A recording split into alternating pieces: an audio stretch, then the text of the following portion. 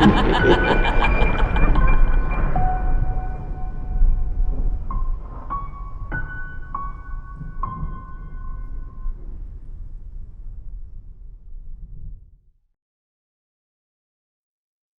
older sister bought a house a couple of weeks after my 18th birthday. The house itself was beautiful. It had an old country style and a rustic theme to it, which I personally enjoyed. The house was out in the middle of the country. The nearest neighbor was 5 miles up the old dirt road, and you couldn't see the house from the highway it was by. That was my favorite part about it, but still, it was peaceful. Now, the house had a basement that was fully furnished. It had its own kitchen, living room, 2 bedrooms, and a bathroom. That was cool as hell. The basement also had 3 doors for cars and a nice little workshop. The upstairs part of the house had 4 bedrooms and 4 bathrooms, a large kitchen, a dining room, and a computer room that locked not only on the door handle, but with an old-fashioned lock at the top of the door on the inside of the room.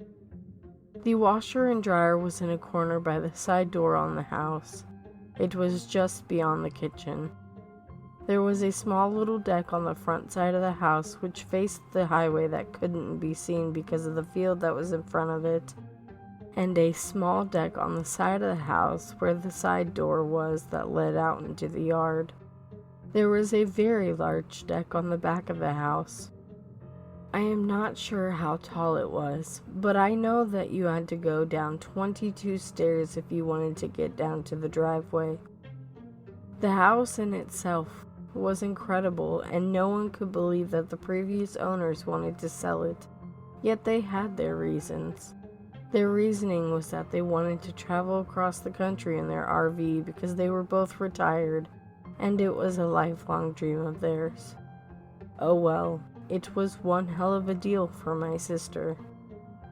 My other 2 siblings and I stayed at that house for the first time about 2 days after my sister and her husband had finished moving in.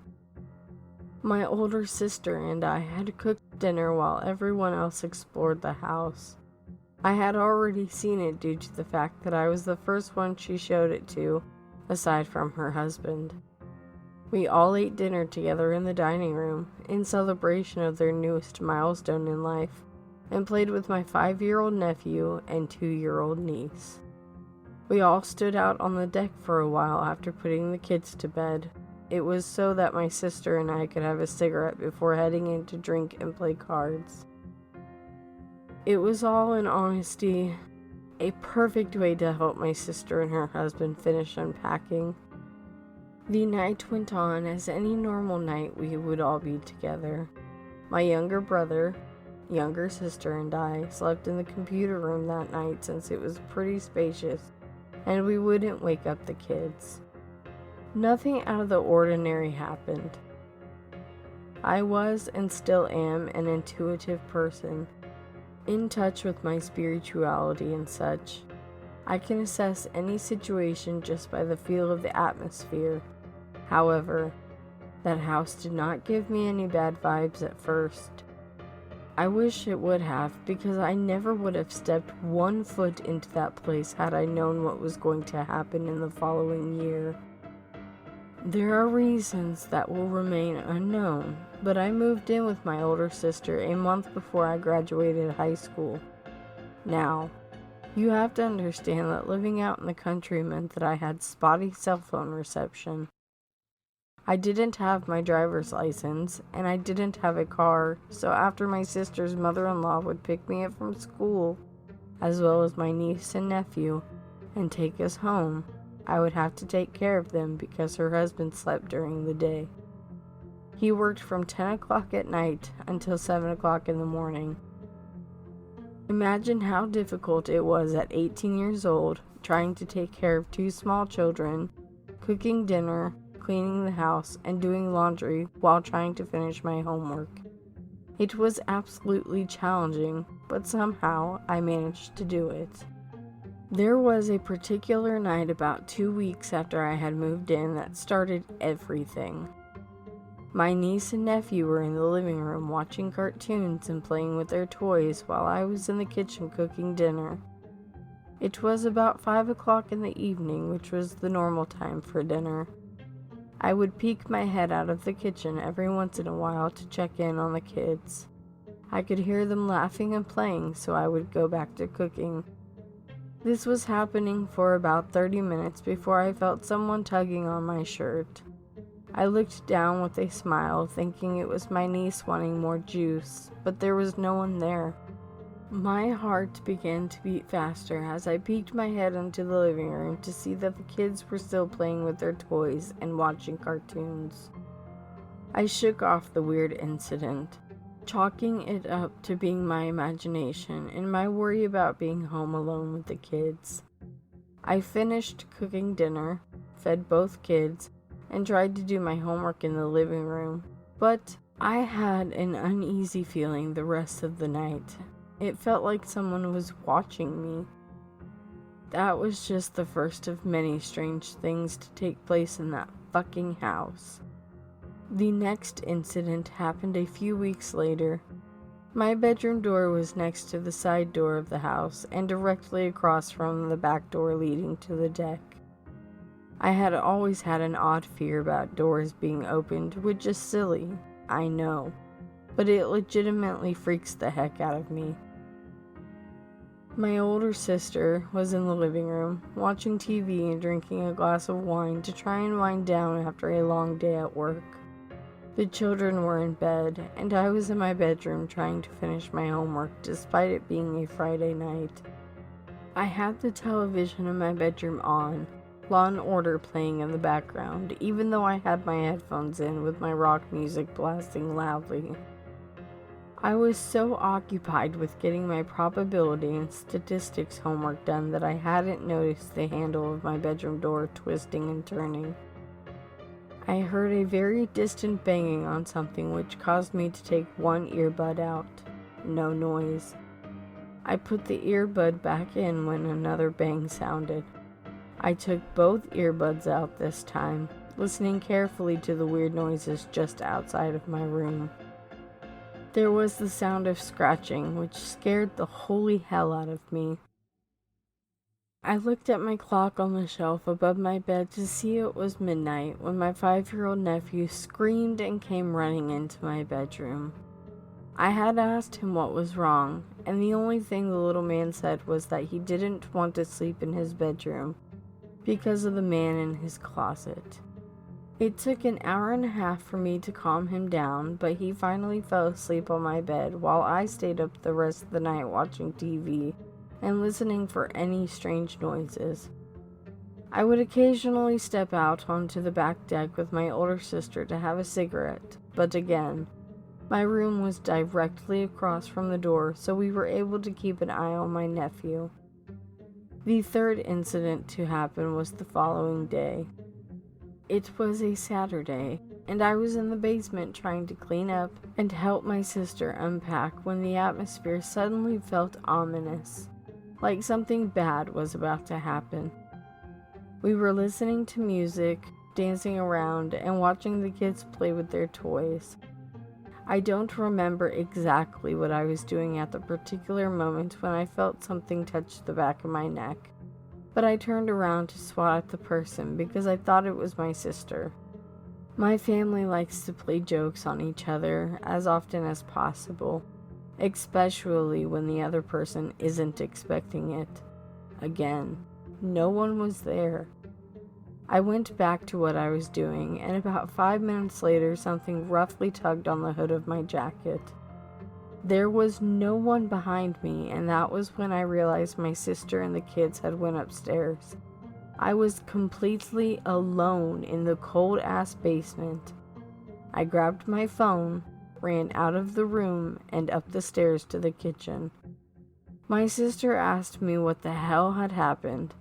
I told her and she just shrugged. Yeah, it sounds absolutely insane, but I swear to everything holy that this shit actually happened.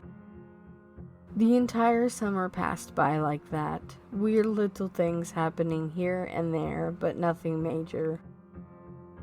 My nephew still refused to sleep in his room because of the man in his closet. My niece developed a liking and disliking of her bedroom.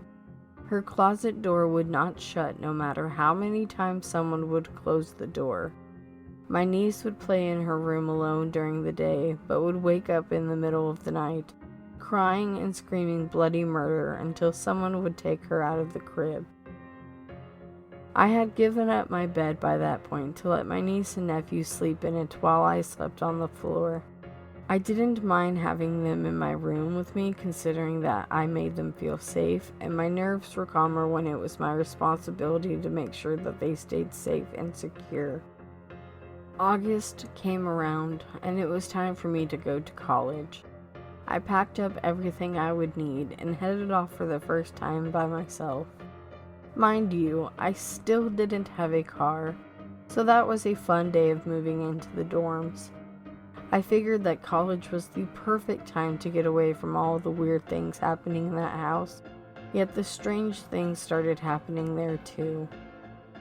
Something had followed me to school, and it eventually took its toll on me. I would wake up in the middle of the night to a loud banging on the front door of my dorm. I would go outside to smoke a cigarette after realizing that no one was there. My roommates and I thought it was just the stupid boys on the football team messing with us, since the girls in the room above us were dating some of them, but that wasn't the case. I didn't go back home on the weekends for the first month that I was at college. I liked the fact that I was on my own and that I had the dorm room all to myself while my roommates were at home. The stupid weird shit intensified when I was alone for the weekends. I wouldn't sleep at all and began to miss my morning classes at the start of each week. It got to the point that I tried to avoid going to the dorm room whenever I had the chance. I did not want to be in the dorm room alone after that first month. My roommates and I decided it was the best idea that at least 2 people stay for the weekend. That way no one would be alone when the odd things happened. They started noticing that shit too. I mean, how does a computer move around when every person in the dorm room was in class? It doesn't. We were the only 4 people with a key to our room, so there's no way that it was someone else trying to play a prank on us. Our closet doors started to slide open during the night. The bathroom faucet would turn on at 3:30 every morning, and all of the cabinets and doors would be open when we woke up at 6 o'clock in the morning. My roommates and I all had enough of that stupid shit by the time the end of the semester came around. I only attended college for that one semester due to reasons that are not going to be revealed. December rolled around, which allowed me to clear my things out of my dorm room, packed up the car, and headed home for the holiday break. I hadn't really thought much about going back to that house, considering I had been away at school, hanging out with the friends that I had made, and just generally enjoying the little freedom that I had. However, that all changed when my sister and I pulled into the driveway of the house. That dark and ominous feeling instantly overwhelmed me the second that I had gotten out of the car.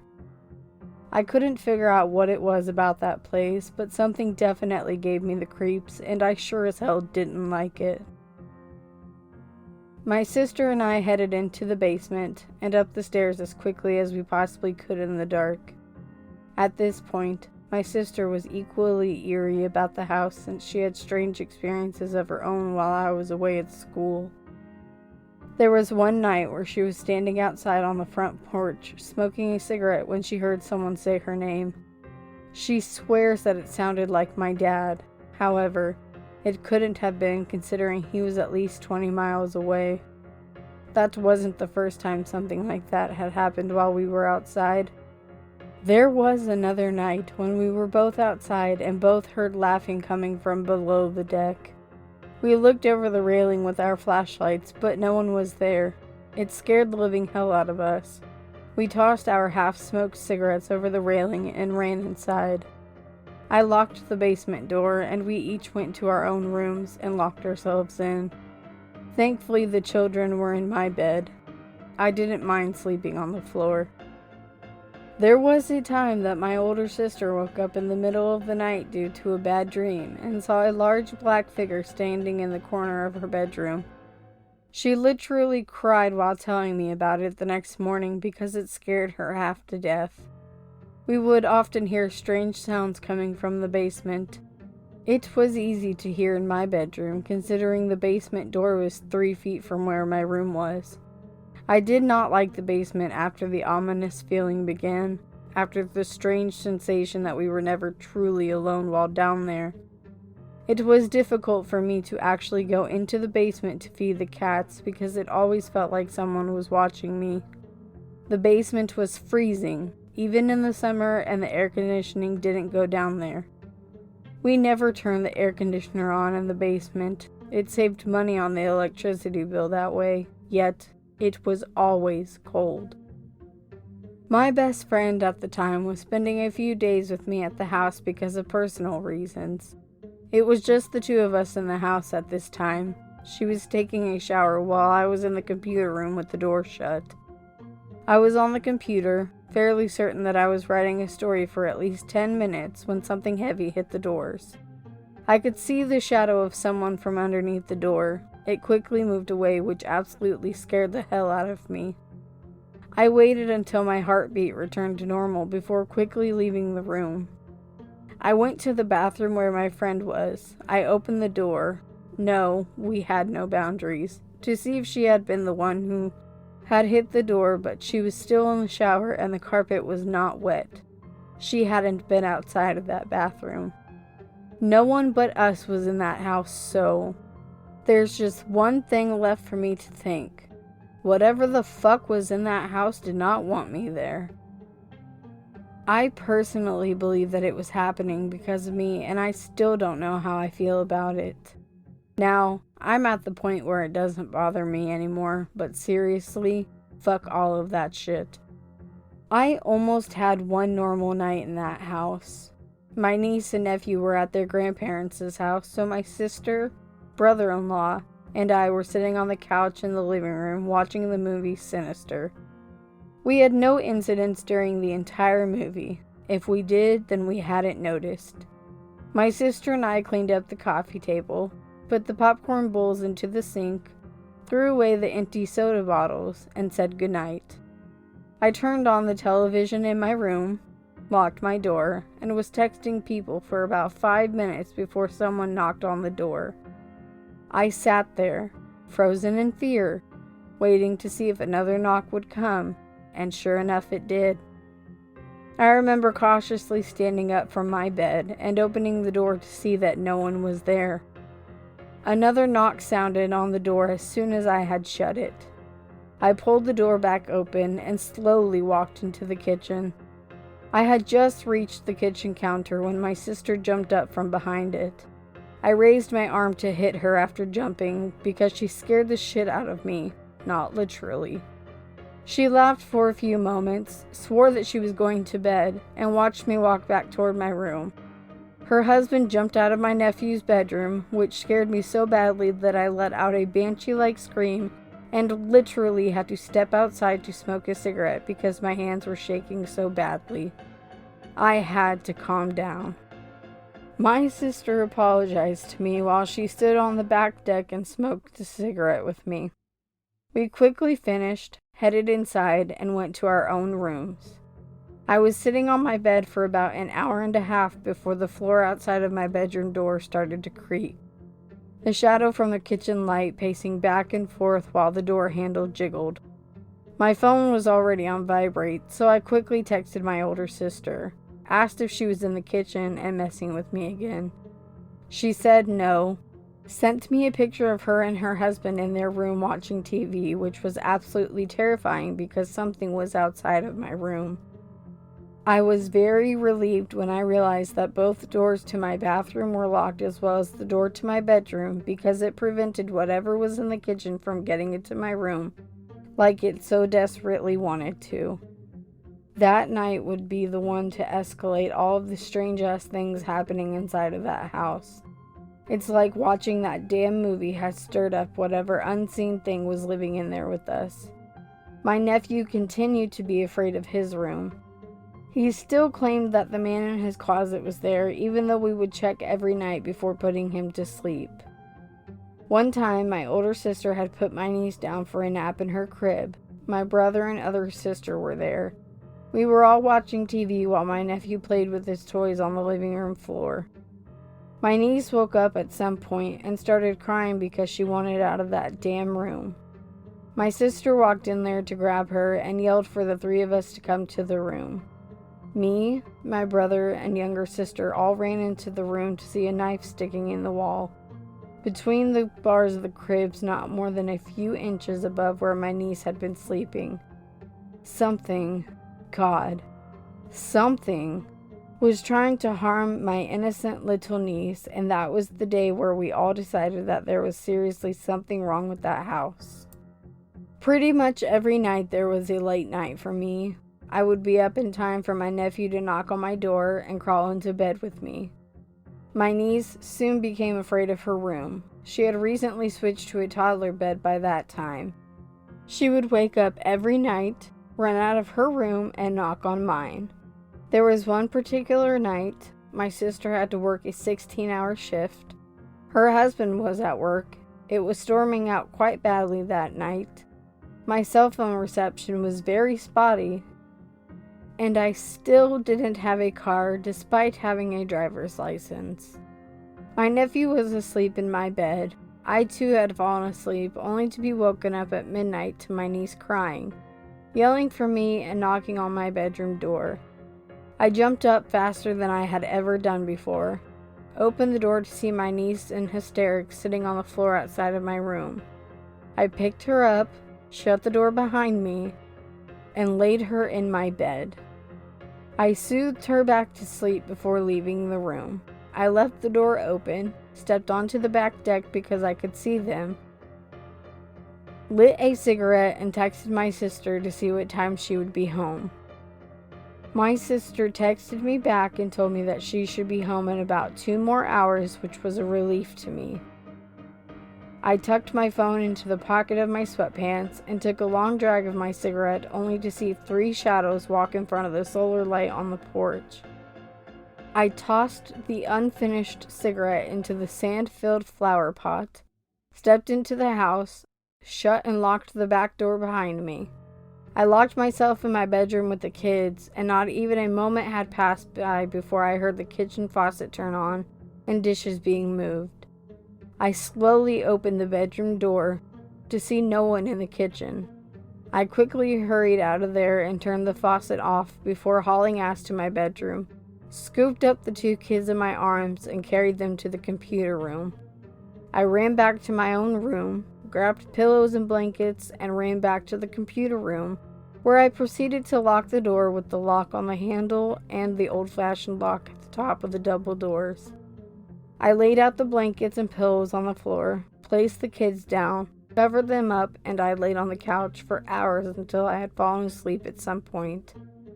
I was very thankful that the room had a thick-ass blanket hanging over the window to act as a curtain. It was scary.